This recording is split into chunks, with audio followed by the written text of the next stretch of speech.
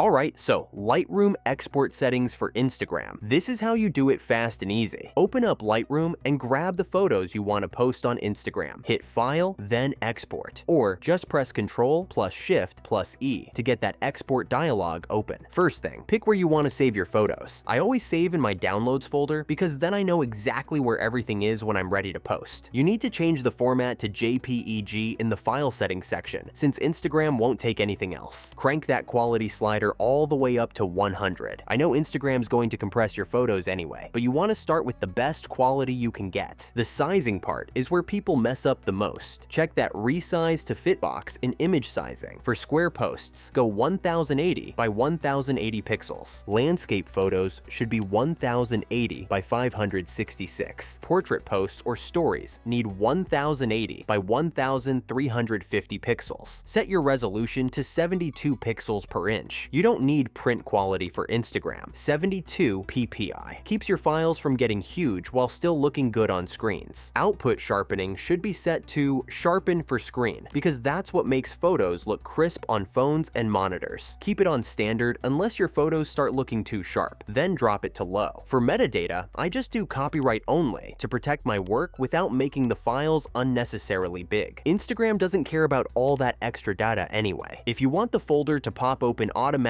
when you're done, check Show in Explorer in post-processing. Saves you a few clicks. Hit Export and Lightroom will process everything with these settings. You'll get perfectly sized photos that look sharp on Instagram without any weird compression issues.